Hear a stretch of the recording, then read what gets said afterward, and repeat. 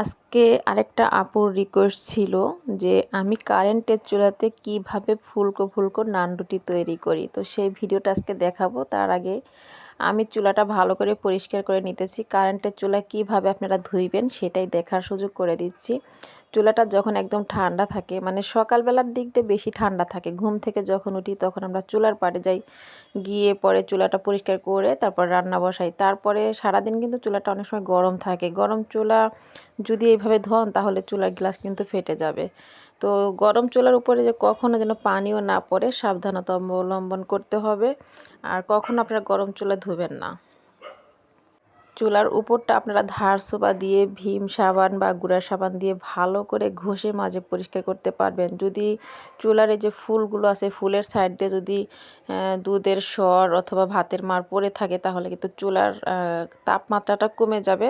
আপনার রান্না ভালো করে হবে না, তাড়াতাড়ি ভাত বলক আসবে না, মানে চুলাটা একটু ক্ষতি হয়ে যেতে পারে। এই জন্য সবসময় চুলাটা সকালবেলা উঠে ভালো করে সাবান দিয়ে ধুয়ে পরে শুকনা কাপড়টা দিয়ে মুছে পরিষ্কার করে 2 মিনিট পরে আপনারা চুলার লাইনটা দিবেন।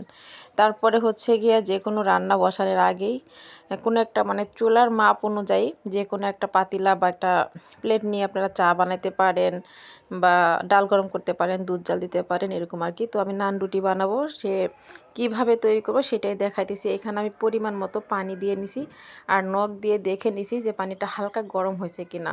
হালকা কুসুম গরম হওয়ার পরে আমি 2 চামচ ইস্ট দিয়ে দিছি, স্বাদ অনুযায়ী লবণ দিয়ে দিছি আর 2 টেবিল চামচ চিনি দিয়ে দিছি। তো এই 3টা উপকরণ আমি হালকা গরম পানিতে ভালো করে মিশিয়ে নিব। সাথে কিন্তু হাফ কাপ পরিমাণ সয়াবিন তেল দিয়ে দিছি। আর সয়াবিন তেল দেওয়ার কারণে হচ্ছে নান রুটিটা নরম সফট হবে, চিনি দেওয়ার কারণে হচ্ছে হালকা মিষ্টি হবে। তো আমি এখানে 1 কেজি পরিমাণ ময়দা নিয়ে নিছি, অনেকগুলো নান রুটি তৈরি করব। তো পানিগুলো আমি একটা কাপে রেখে দিয়েছি, সেই পানিগুলো আমি একটু একটু করে দিব আর হাত দিয়ে মথে নিব। ঠিক এরকম নিয়মে যদি আপনারা নান রুটি তৈরি করেন, নান রুটির খামিরটা তৈরি করেন, তাহলে কিন্তু রুটিটা খুব সুন্দর ফুলবে এবং নরম সফট হবে, খেতে একটু মিষ্টি মিষ্টি লাগবে, খুবই ভালো লাগবে। তো আমি যেই নিয়মে তৈরি করছি আপনারা কিন্তু সেই নিয়মেই কারেন্টের চুলাতে আপনারা নান রুটি তৈরি করতে পারেন। তো এটা কাইটা একটু নরম হলে বেশি ভালো হবে, ফুলবে তাড়াতাড়ি। আপনারা কিন্তু শক্ত কাই বানাবেন না, নরম থাকবে। একটু পানির পরিমাণটা বেশি দিলে কাইটা নরম থাকবে। তো এরকম 20টা মিনিট আপনারা ঢেকে রেখে দিবেন যে কোনো একটা প্লেট বা সরা দিয়ে। তারপরে 20 মিনিট পরে বানাতে গেলে দেখবেন আটাটা কীরকম হয়ে গেছে। ময়দার খামিরগুলো আমি 20 মিনিট ঢেকে রেখেছিলাম, তারপরে আমি বানাতে চলে এসেছি। দেখেন কি সুন্দর একটা ফোমের মতো হয়ে গেছে। আর গোলাটা কিন্তু একদম নরম নিতে হবে, আমি আগেও বলেছি। তো গোলাটা নরম হলে রুটিটা কিন্তু খুবই নরম সফট হবে এবং ফুলে উঠবে। ফুলকো ফুলকো রুটিগুলো কিন্তু খেতেও বেশ ভালো লাগে। তো এখানে আমি খামিরটা নিয়ে নিছি। এটা থেকে আমি এখন ছোট ছোট করে কয়টা টুকরো করে বেলে নিব। আপনারা চাইলে এখানে হাতের মধ্যে তেল মেখেও বেলে নিতে পারেন এবং কি আটা মেখেও বেলে নিতে পারেন। কিন্তু যদি আটা নেন তাহলে আটার পরিমাণটা কিন্তু একটু কম নিতে হবে, তা না হলে রুটির তাওয়ার মধ্যে যে আটার ফাঁকিগুলো লাগবে সেটা কিন্তু পুড়ে যেতে পারে, তাহলে কিন্তু রুটিগুলো ফুলবে না, খেতেও বেশ তিতা তিতা লাগবে।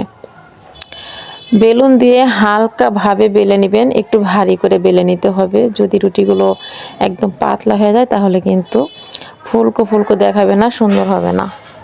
ফ্রাই প্যানটা গরম করে আমি একটা রুটির পিস দিয়ে দিছি। চুলার তাপমাত্রাটা অনেকটা কমিয়ে রেখেছি। হালকা তাপে আমি রুটিটা এপাশ ওপাশ উল্টে সুন্দর করে ছেঁকে নিব। দেখবেন যে নান রুটিটা কত সুন্দর ফুলে উঠছে। অনেকে নান রুটি বানায় কিন্তু ফুলে না, এবং কি ভিতরটা কেমন কাঁচা কাঁচা থাকে, শক্ত থাকে। এই রুটিটা কিন্তু একদম নরম সফট হবে, দেখতেও সুন্দর, খেতেও বেশ মজা। তো আসসালামু আলাইকুম, সবাই ভালো থাকবেন। সবাইকে পবিত্র জুমা মুবারক।